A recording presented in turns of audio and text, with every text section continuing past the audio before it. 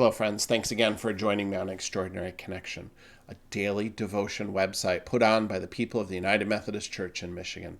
My name is Pastor Scott. There is an amazing violinist named Kim Chee-yun. She might not be the best violinist in the world, but she's famous enough and she's talented enough that the best violin players in the world all knew who she is. She's a prodigy from South Korea, a student of Juilliard. She's played Carnegie Hall.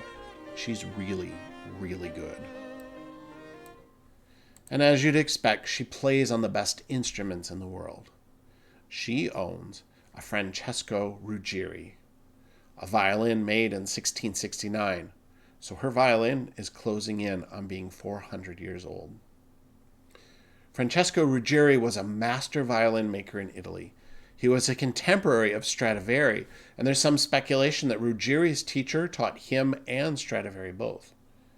There's also a story that Ruggieri, when he first apprenticed, made a violin and it was indistinguishable from the master's work. But Ruggieri, while he made just a few violins in his life, was more interested in cellos. In fact, he was so important to the world of string instruments, all cellos that are made today have adopted his design and specifications. So Francesco was a true master craftsman. Again, think Stradivarius level of violins. And he made the violin that Chee-yun plays, one of the very few ever made by Ruggieri. Now, master level instrument makers like Ruggieri or Stradivari, their instruments have a lineage to them, which means the instruments are passed one master to the next over the centuries, each taking their turn to be the steward of the instrument before passing it on to the next master musician.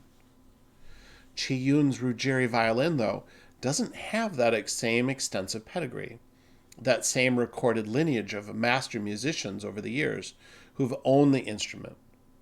There's a large 200-year gap in its history. For 200 years, this masterpiece of an instrument sat unplayed and unused. And do you know why? One of the original owners decided that when he died, he wanted to be buried with the violin. And he was. So instead of passing the instrument along to another musician, or bequeathing it to his family, or even selling it to another musician and letting it be played, he wanted to keep it all for himself. He wanted to take it with him. So he was buried with the violin. That's the equivalent of privately owning a Rembrandt painting, and when you die, insisting the painting be buried with you so no one else could ever see it or appreciate it ever again. What a tragedy, right?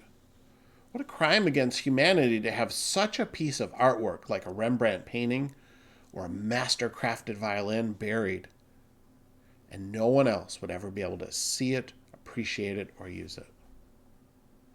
For items like a master violin or a Rembrandt painting, the owner shouldn't be viewed as owners, should they? They should be viewed as stewards, custodians, those who are caring for the master work for a time until it's passed along to the next caretaker, so the whole world benefits from that item. Here's my point for today. You too are a master level of craftsmanship. God formed you, knit you together while you were in your mother's womb. He was like a master potter creating you, your body, your mind, your passions and interests.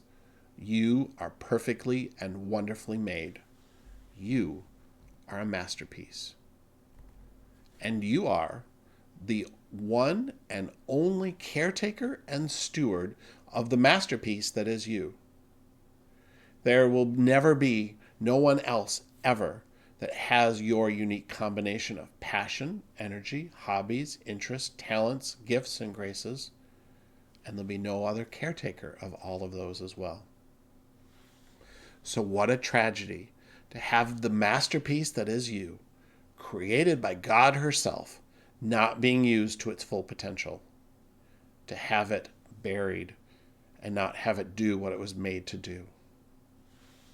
The good news is, Each and every day, we have another chance to be good stewards of the gifts and the master craftsmanship that God endowed us with. We have opportunities to share our love of baking or woodworking or Star Trek with others and connect with them in a profound way. We have an opportunity each day to be generous with our attention and encouragement with those that need to be uplifted. Every day we can be a thoughtful listener when others need to vent and just embrace the quiet nature of ourselves. Or to turn our passion for driving into helping someone get to their doctor's appointment. Each and every part of you, from your allergy to raspberries to your collection of ceramic Mickey Mouse figurines, can be used to glorify God, to do the work that God created you to do. Even the mistakes in your past, God can use to bring God's glory into the world. So it's our job as stewards of all that makes each one of us unique to do our best to see that all the parts of us are used to their full potential. I want to close by reading 1 Peter 4:10 through 11. Peter's reminding us that all of us have been given a gift. And I would argue that all of us have been given lots of gifts. And with those gifts that make up each of us, we are called to be good stewards of those gifts so that we can glorify God. 1 Peter chapter 4 says, "As each has received a gift, use it to serve one another as good stewards of God's varied grace. Whoever speaks, as one who speaks oracles of God. Whoever serves, as one who serves by the strength that God supplies, in order that in everything God may be glorified through Jesus Christ. To him belong glory and dominion forever and ever. Amen." Don't let the masterpiece that is you go unused. Don't let your gifts be buried. Be a good steward of all that God has given you.